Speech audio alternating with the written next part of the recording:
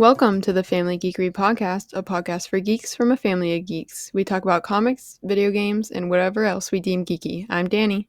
I'm Amber. And I'm Chris.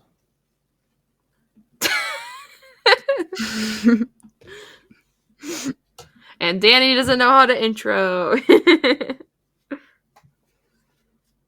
What are we talking about today, Danny? Butterscotch Shenanigans. Specifically, Crashlands 2, the demo. Right, Crashlands 2. That's what she meant to say, the demo. So anybody that's listened to this podcast for a while knows that Family Geekery is a big fan of Butterscotch Shenanigans, which is a game developing trio of brothers. Plus, they've got an expanded team now. And they also have a podcast called Coffee with Butterscotch. And I've listened to their podcast, I think, since the beginning. And we, as a family, have participated in the game jams that they've done. And their most recent game that they're finishing up is called Crashlands 2, and the demo is available on Steam. So that's what we're going to talk about today. Yeah. Yep. You guys big fans of Butterscotch Shenanigans. What's your favorite Butterscotch thing, like game or event, or what's your favorite Butterscotch stuff? The game jams. Game jams. How about you, Amber? I've got to agree. The game jams. Yeah. Because I haven't really played much. I never played their games. Oops. Well, you should try out some of their other games. Like Flop Rocket. You know, Flop Rocket holds a good place in my heart because I think that was actually one of the games I listed on the episode we did like 100 years ago called Games We Finished. And that was actually an emotional moment for me, like broke down and cry type moment after finishing that game. So and if you know the game or have seen the game, you would not think that would create such of a moment, but it was great. An emotional journey. That's right. One of my proudest moments. Escaping the space cave. But we'll get into what Butterscotch Shenanigans is and what Crashlands is and what Crashlands 2, the demo, is. But first, we have to talk about our... Geeky Week. That's right. Talk about our Geeky Week. So everything that we've done or anything that we've done in the last week that is nerdy or geeky, who wants to kick it off? How about you, Danny? I'm thinking. Since you look perplexed. Oh, I guess I can start then because my answer's short. I did kind of a lot of nothing because I've been super busy. But I am currently crocheting a gift for a friend, so trying to get that done before the end of the week. So, wish me luck. Good luck. Thank you. I've never tried to make a granny square blanket before. So, luckily it's for a baby, so it doesn't have to be big. How many squares in are you? I'm almost done with my squares. I just have to add the last finishing details to 6 of them, but then I have to block them all, meaning I have to make them more square so I can sew them together better. Nice. Yeah. Crafting with Amber. Yep. If any of our listeners out there enjoy crafting, then we dedicated a whole episode to it, right? Yeah. So go ahead and check out our back catalog. It's available wherever you're listening to this, probably. Yep. That's how podcasts work. Yep. We don't have those old episodes behind a paywall like some people. Or an entire second channel just for money. Well, that's what you think. Danny and I's got a side hustle. We just didn't tell you about it. What? Is it second family geekery? Sorry, second try. I just can't get behind that business model. All right, Danny, did you come up with anything for your geeky week? Yeah, I've been playing a lot of Sims 4. Yeah. Back You're into welcome. the custom content downloading addiction. Do you want my finished world? Finished world? Yeah. I spent months filling every single lot in the world with townies. Oh. So I can send that over and you can play it with a world full of people. But it's been fun. And I've been watching a lot of Sims YouTubers. Brings me back to the good old days. Back when the internet was honest and clean and fun. Yeah. Was it ever? No, it wasn't. I promise you. I was there at the birth, and it was dirty and nasty and scammy then. But that's about it for me. Nice. Cool. Well, I don't know if this was this past week or if I forgot to talk about it last week in the last episode, but I took a little road trip. So whenever I take a road trip, I always got to have an audiobook ready. So this one I listened to an audiobook that I've been waiting to listen to, and it is called Empire of Imagination by Michael Whitwer. And it is subtitled Gary Gygax and the Birth of Dungeons and Dragons. Oh. Yeah. Oh. Nice. So that little history of Dungeons and Dragons that Amber and I went to in the last GalaxyCon, it was that, but times about 20. Wow. It was very in-depth. This story should be a documentary. I don't know why it's not. I'm pretty sure it will be eventually. Oh, the fall of Hasbro is probably what it would be called. How Hasbro screwed up everything. Well, it was well before that. Well, still. Yeah, there was some shenanigans, not to infringe on any developers that may be listening. But yeah, it was. I mean, it's an epic business story, much like the Apple story. I mean, almost parallel to it. Guy is it starts as good company. As the Pop-Tart story? Which one? The Pop-Tart story. It is hopefully a lot more realistic than the Pop-Tart story. But yeah, Gary Gygax, put his heart and soul into it, and it's just a great story. It's sad, it's exciting. Anybody that's ever done anything in the creative realm, would appreciate how much work he put into everything he did. The guy was just an absolute hustler when it came to making the game and the rules and all that stuff. So great read. Makes me want to pick up some Dungeons and Dragons and play again. Oh, definitely. But I definitely recommend that for anybody that wants to learn about the history of Dungeons and Dragons. Cool. Yep. Sounds interesting. It gets into the Wizard of the Coast years, and then the Flash Gordon years, which you may or may not remember from the little history that we listened to.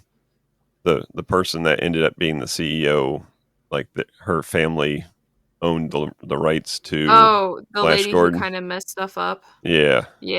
So she was trying to integrate in Flash Gordon into this thriving role-playing game world. But yeah, good stuff. I also watched Dune. Oh. So not the original one, but the most recent Dune. The one that everybody actually watched. The one that everybody knows with what's the dude's name? Timothy Chalamet. Chalamet, yep. I thought it was good. A little confusing, but I didn't realize as I was watching it. I knew that there was a Dune Part 2, but I didn't realize that this was just half of the story. I think there's going to be a Part 3, right? Possibly. Who knows? Oh. That's how much I've been keeping up with it. But I thought the newest one that came out was just Dune 2. So I thought this was going to be a complete story, and it kind of drops off right in the middle. Well, yeah, they kind of like whisper Zendaya's name, and then it's like, bye-bye. Bye-bye. But the acting is good. The special effects are good. So I'm going to have to check out Dune Part 2 because I think that's on Max now. Yeah, it's on Max now. Yeah, good stuff. And then I've been playing more Hades. I'm happy to announce that I've made it past Megara at least a couple times. Nice. Have you made it out of the first, like, world yet? Because there's, like... So Tartarus is the first world, and that's what Megara is kind of keeping you in. Okay. So I've made it past her, which is always fun because when you defeat her, she ends up in the House of Hades because you just killed her. So she's hanging out there, and then you have your little conversations with her. But having a lot of fun with that game. I think I'm 24 or so runs in. Okay. So a lot of grinding. I'm slowly getting better at stuff. Learned that the shield can actually act as a shield and not just a weapon. That was an important thing to learn.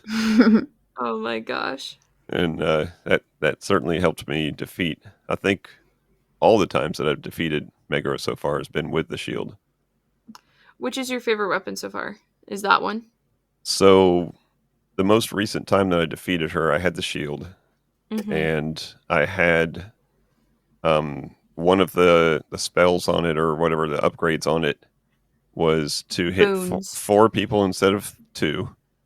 Wow. And then also to inflict something. And I don't know what that something was. It wasn't weakness. It might have been doom. Whatever it is, it hits the person, and then like a second after it hits it, they get 100 points of damage. Ah. So I'm hitting 4 people. They're all dying a second later. And and that really helped out when you can run away from Megara, hit one of her cronies, and then it bounces off of her, and then she gets the 100 points of damage.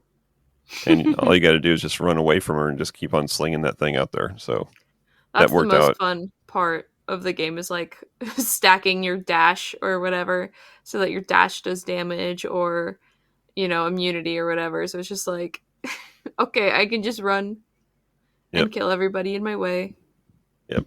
But so far, I've never gotten to a part that it seemed like I was overpowered. So powerful, but not overpowered. So it's a pretty good balance to the game. Yeah. But yeah, still having fun with that. I wish I had on the Steam Deck. I'm still playing it on that PlayStation Portal, which is a wireless device. So it's streaming off my PlayStation 5, and every now and then it lags, and that's not good on a game like that. No, very punishing. Very punishing. But yeah, I think that's it for Geeky Weeks. So let's go ahead and jump into our topic, which is Crashlands 2. Currently available, and I don't know for how long, because I know from the podcast that they said that they were going to open up the demo, but they said that doesn't mean we have to keep the demo open. They can make it disappear at any point. Oh. So if you're listening in the future and you haven't got a chance to play it, then likely sucks to suck. You can just go ahead and buy it.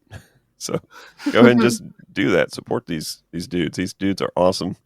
They put out an amazing product for, like I said, mainly a team of 3. Now they've got other people besides the 3 brothers that help out with the studio. But still, for an indie studio, they are putting out amazing products. Just previous to this, I don't think you guys played it at all, but it was a game called Levelhead. And it was basically, they had decided, let's make a Mario Maker, but make it much better. And they did just that. They made a Mario Maker. They made basically a platformer that is an awesome platformer, but you can also create your own platformers from it and share them with other people. And I think there's still players of that game that are doing speed runs like all the time on YouTube. Wow. And they just made an amazing game. So that's what we're going to talk about, Crashlands 2. So everybody downloaded the game, right? Yep. All right. No, I didn't do my homework. You didn't? I assigned you guys homework. I was hoping you'd follow through. So let's go ahead. Who knows off the top of their head their playtime? Mine was like an hour and 12 minutes. Okay. I think mine was about an hour. All right. So I win. I got 2.5 hours in. Nice. Whoa. So I think I finished all the quests on the thing, because all the quests that I have now say not available in demo. Okay. Did you get that far, or do you still have a couple that are open? I went to like a location that said not available on demo, but I didn't finish all the quests in the like main town that you start Yeah. off in. Okay. So let's start off talking about the intro, Oh my gosh, the little yes. intro movie. Mm-hmm. What'd you That guys was think of that? it was So adorable. cutesy. Yeah. So Gave me feelings even though I had no clue who the characters were. the main character being Flux, and she was in the first Crashlands. She was the main character, and basically in the first Crashlands, she got shot out of the sky or something, landed on this planet, and she is part of the, what is it, Bureau of Shipping Mm-hmm. is what it's called, and she's got packages that she was supposed to deliver somewhere. And I think in the first one you had to retrieve all your packages and something like that. But in between that game and this game, it looks like from the little cutscenes that they had that in the act of completing that, she became a hero in the world of shipping and deliveries, and actually became what, like the emperor of deliveries or something. I forget what Ambassador. ambassador. She Yeah, is Amazon. right. So she's climbed to fame, and is looks like she's getting ready to retire from that or step out of that role, and she gets kind of almost shot out of the sky over the same planet again. Crash lands on the planet and loses the package. In this case, it's a gift for Grandmammy, who was one of the characters in the first biomes, I believe, of the first game. Ah, So gotcha. did either of you play the first game very much? No. I did a little bit, and then I stopped. I thought it was cute. I was impressed with, like, because I'm sure they had a lot. Like, was it just the three of them for the first game? Yeah. In the first game, they did some mobile games before that. So like Flop Rocket and Quadrupus Rampage and a couple other ones. And I think Crashlands was their first like major release that was on consoles and PC and eventually Switch and iOS, and eventually got everywhere in lots of languages and all that good stuff. Yeah. So that was their first like big production. So yeah, it was fun to play just to like see how impressive it was for just the three of them. But I don't know, sometimes I get bored with like story games with a lot of dialogue and a lot of like side quests and stuff, so that's probably why I stopped. Yeah, that game was stacked full of side quests, and if you are a completionist on these type of games, that would be quite the undertaking. I remember realizing only like halfway through playing that game that there was like a story quest and there was all the rest were side quests. I was trying to Yeah. complete them all, and then after a while I was like, maybe if I just see where the story goes and keep going that direction. And then I started progressing more through the game. But so good stuff. It looks like this is going to be very similar in that sense, much more polished. But yeah, the cutscene, the little intro movie was great. They've got great sound design because they have the same guy that edits their podcast does, I think, kind of their sound design and music, and his name's Fat Bard. Hmm. And I think he's local to where they live. Oh, They're in cool. St. Louis, so I think they've employed him as a local guy, which I think is very cool. And yeah, great sound design, great intro, and it set the story for what's going to be, I think, a pretty cool epic game. Yeah, definitely. So you crash land on there, and if you've played the first one, you kind of know what to expect. You're going to walk around, you're going to smack some plants, you're going to collect some stuff, and you're going to craft some stuff with that. So there is some crafting to it. There is some little combat, if you will, to it, and then a lot of quests and a lot of story. And like Danny said, if you are not the type that wants to read a lot of story, then you could click through it and just read the quest in your quest log. Yeah. But the story I enjoy. It's cute. Yeah. And the writing is good. There's some hidden comedy in there. There was even a Monty Python quote in there that you guys probably didn't see, but it kind of caught me by surprise because I think the Shenanigans boys are a little bit younger than me, but they must have at some point ingested some good old British humor of Monty Python. So that was That's fun. cool. But yeah, they have all the different characters that you run into have their unique personalities, including Juicebox, who is your sidekick. Yeah. Juicebox is constantly keeping Flux in her place and correcting her whenever possible. So that's a fun little dynamic. So talk me through. Let's talk about your first death. I think we're all the same. Let's see if everybody died the same way the first time. I think Danny has. So Amber, describe your first death. Okay.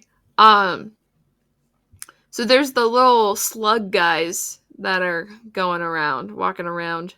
And at first I was scared of them because I was like, oh, they're just going to attack me. But then I realized they only attack you if you provoke them by hitting them or having the tree explode on them or whatever.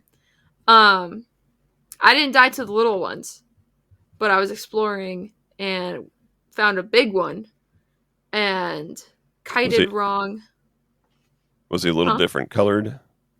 It was just bigger and maybe greener. Yeah. And it kited wrong and he one-shot me. Okay. So I don't think we all died the same way the first time then. So Danny, describe your first death. Okay, so my first death, well, I noticed that the monsters didn't attack you. So I was like, okay, well, I'll attack the monster. And then he took half my health. So then I healed up and ran away. So then I was like, okay, let me just focus on my quest. And all the quests had you like crafting the stuff. And I was like, okay, let me just spend a bunch of time just getting a bunch of materials. So I was just going around smacking everything I could see. And I see this, like, I don't know, glowy thing in the ground. I'm like, oh, that probably gives me something nice. I smack it, and it blows up in my face. It says, you died. You dead. I did die once to that, but that wasn't my first death. I was like, well, that wasn't nice. I thought I was doing good. I got my stuff back, luckily. I've seen multiple of the slug guys suicide to those. Yeah. And that's how I died, was it ate the plant and blew us both up. Oh. So that was my first death. It was walking to the right of where the cabin is and finding that first glowy flower thing. And what I accidentally did was I double tapped it. So if you just single tap it, then it shows a little blow up area and you run out of it and you're fine. But I double tapped it and died instantly. I was like, oh, that was not good. Now, your first death, I'm sure, was not a huge disappointment because the immediate response of finding that death animation and that death little cutscene thing was awesome. Oh, it was a joy. So you get DED, and I forget what that stands for, but you get DED, and then there's one of those little inflatable waving men floating around, and he's holding all your inventory for you until you can come back and gather it from him. So that was pretty cool. I have seen, like you said, I've seen some of the little docile animals getting fights and stuff and suicide on those plants. Did you guys run into the little Shocky? Almost looks like a little dog thing, Yes, Shocky. that also killed me. Okay. I was fighting it with the ranged weapon, and then I was like, oh, goodbye. Or not the ranged weapon, but the spiky ball things. Yeah, the stuff you throw. Yeah, I saw him, and he was trapped behind some of those like green, like grass things, the tall Yeah. grass that you have to Yeah. chop down. And I chopped down the stuff, and he didn't aggro on me, but he wandered into the area where all those little slug things were, and he just took them all out. Oh my god. What? He just went from one to another and just took them all out. And then I just went and collected up all the eyeballs and guts and stuff. Wow. So that was a pretty easy gather. Did But you end yeah, up killing him? I did. Yeah, you have to learn their Like each cycles. individual animal has a different attack Mm-hmm. type style, and or a combination of attack styles in that case. And I wasn't using a controller. I think controller support will be there. I couldn't get it to work. So I was using the ASDW or WASD, which I never Yeah. use because I'm left-handed and never Oh. ever wanted to use that. Well, can't Um, you program it to arrow keys? I didn't see that might not be available yet in the Oh. demo. I couldn't get those to change, but anyways, I was able to get some of the combat down without dying too often. Nice. Well, one of the hard parts was collecting the materials, and then if like one of the trees, you broke one of the trees and one of the monsters was next to it, it would get hurt by the tree falling or whatever. And then he Yeah, would but then you just kill it. Yeah, but they're pretty slow, so I would just run away. Yeah. I found out that the pan stuns them. Right. Yeah. I was just like, oh, well, I wonder what this does. I was like, It, oh, cool. it told you right when you got it that it Oh, would. did it? Yeah. But again, switching because the pan I think defaulted to like 1 or 2 on the keyboard, and then you had to hit Q to get your weapon. Yeah, Oh, you can just scroll. that's what I did. Roll with the mouse wheel. Yeah. Yeah. Oh, I didn't figure that part out. It's Again, left hand. Minecraft. You gotta play more PC. Yeah. Yeah. Yeah, that was using the WASD and then the Q and E. I was constantly changing What equipment does Q and E by do? accident. Q is to pull up your weapon, and E is to pull up the brush cutter thingy. Oh, And then B gotcha. was like build. Yeah. Yeah, B was easy. B was easy because it's not near anything. I like building. I like crafting. Man, if only there was a game for that. Yeah. Yeah. So cute little animals you got to deal with, and fun little quest. Now, what's interesting about this game? The first Crashlands was procedurally generated, which means as you're walking around, the world is built for you. Mm. So the world isn't pre-built at all. You know, it's completely random for everybody that plays it.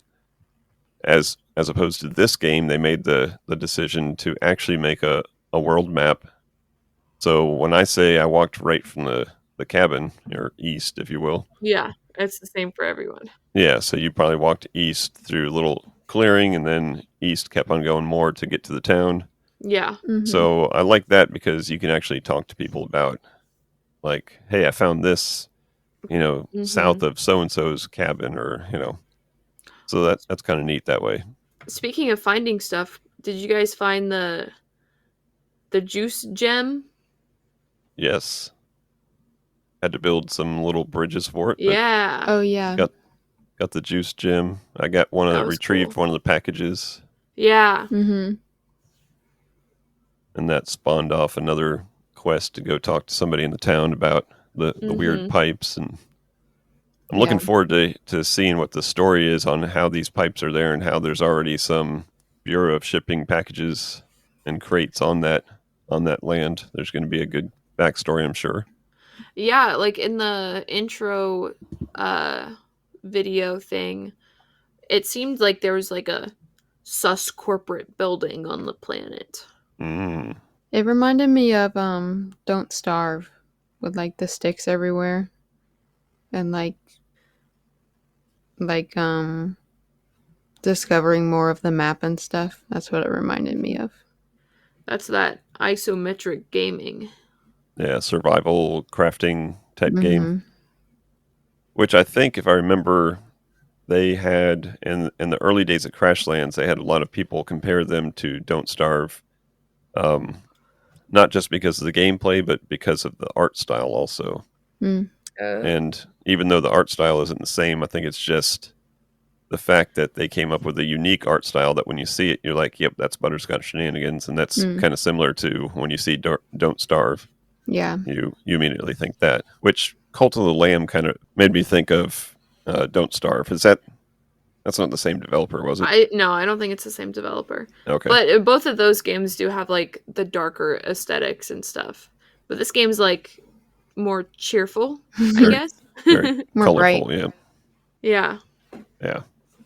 And no darn hunger and sanity that's constantly dropping my on you. gosh, yeah. I don't know if there was a scalable difficulty on those Don't Starve games, but I never lasted like 1 or 2 nights. Even when you have someone playing with you and you come up with a great plan, like, okay, I'm going to go get the food, and you go try to find some more stuff to get our technology up, and then you just end up dying anyways. Yep.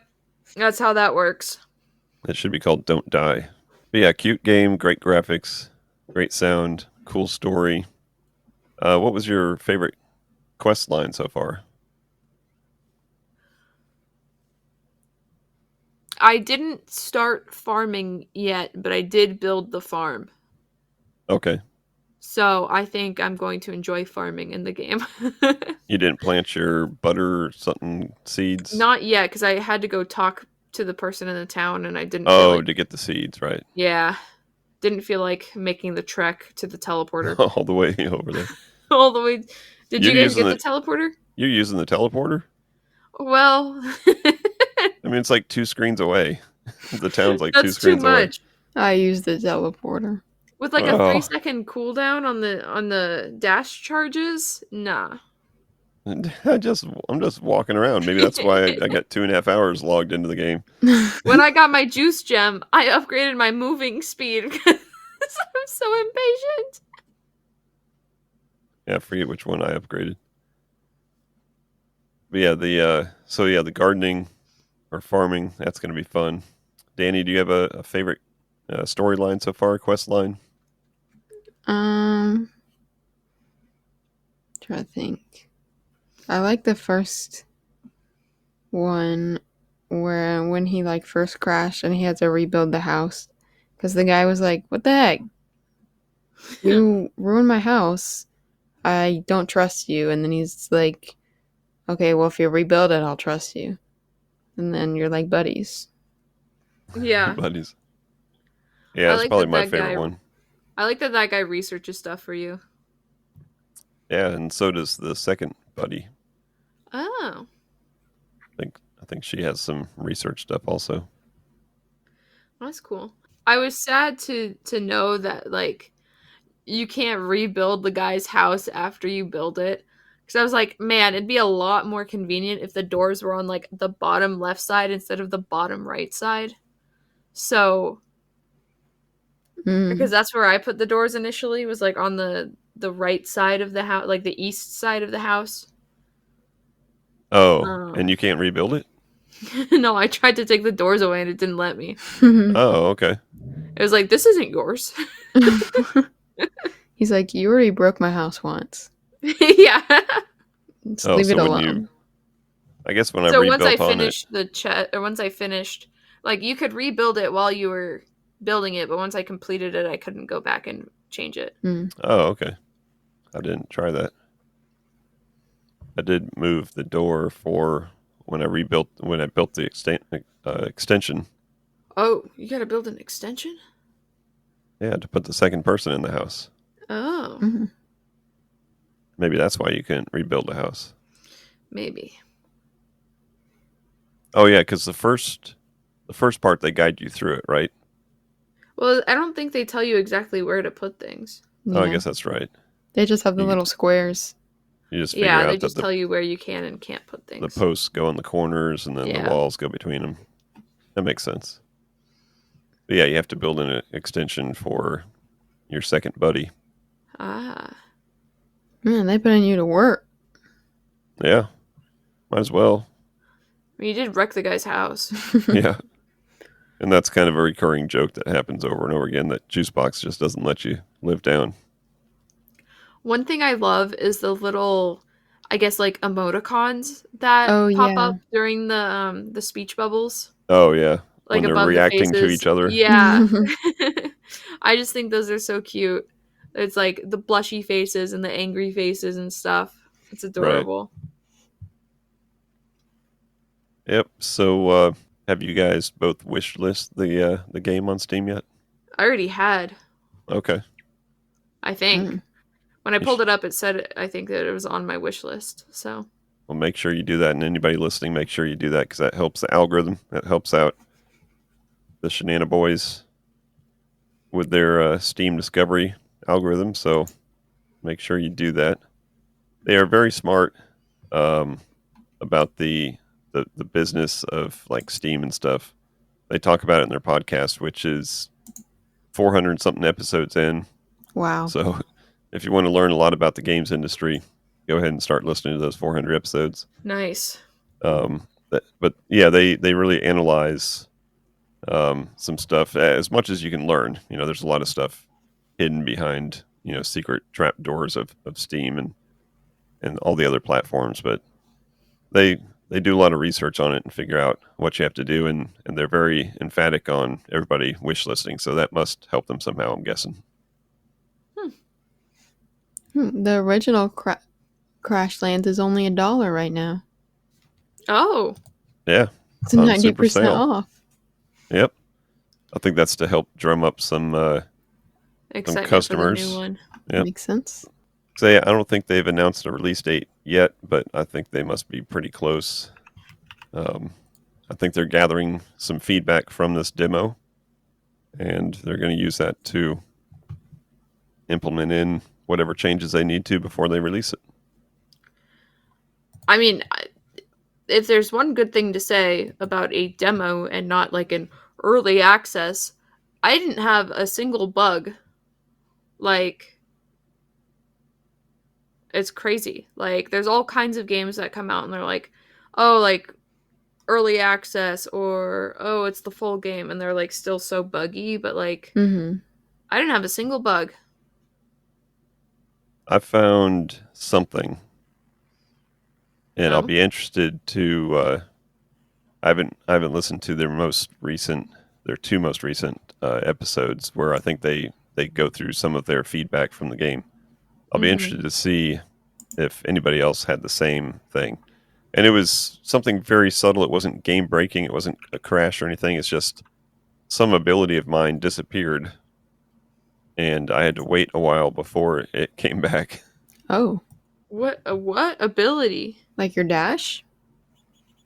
No, Oh, the like invisibility thing? no, not ability as in something that you're gameplay triggering. Just Oh. some. I forget exactly what it was, but it disappeared for a little bit, and I forget if I had to exit out and come back in, and then it worked again. But it was very subtle. I wouldn't have noticed it probably if I didn't notice it. I guess that doesn't make any sense at all.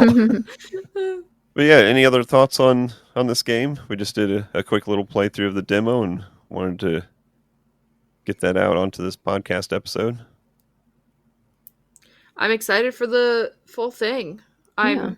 It's been a while since I've played like a single player game on my computer, but I'll probably get this one and play it out. Yeah. I Cool. got an unused Steam gift card right now. Whoa. Nice. Nice. You can always gift somebody something. You gifted it to me. Oh. That That's sounds from, awfully like, nice to me. 2 years ago. Better make sure that thing works. It's like it's in my account. Oh, your Steam balance. Nice. Cool. Well, then you're on your way to owning a new game then. Yep. Well, cool. Well, I guess that's going to wrap it up. We are excited to play the full game. I'm always excited for anything that comes out from Butterscotch Shenanigans for all the reasons that we talked about at the beginning of the episode. Mm-hmm. They're just cool dudes. They do good work, and I will support them however I can. Nice. And they should collab with us. Oh, that'd be sick. Absolutely. Guys, if you want to do a Butterscotch Shenanigans / Family Geekery crossover, we would be very happy. Hit us up. Slide into our DMs, whatever the hell that means. Okay. Did I use that right? Yeah. Sure. All right. Well, that's going to wrap on that note. That's going to wrap up this episode. We thank you as always for listening. Go ahead and check out our socials. Check out the YouTube channel. See what's going on there. We've got all kinds of shenanigans always going on there. And until next time, peace out. And geek out. Geek out. Thank you for listening to the Family Geekery podcast. For more information, visit www.familygeekery.com. Don't forget to subscribe at your favorite podcast provider. And until next time, peace out and geek out.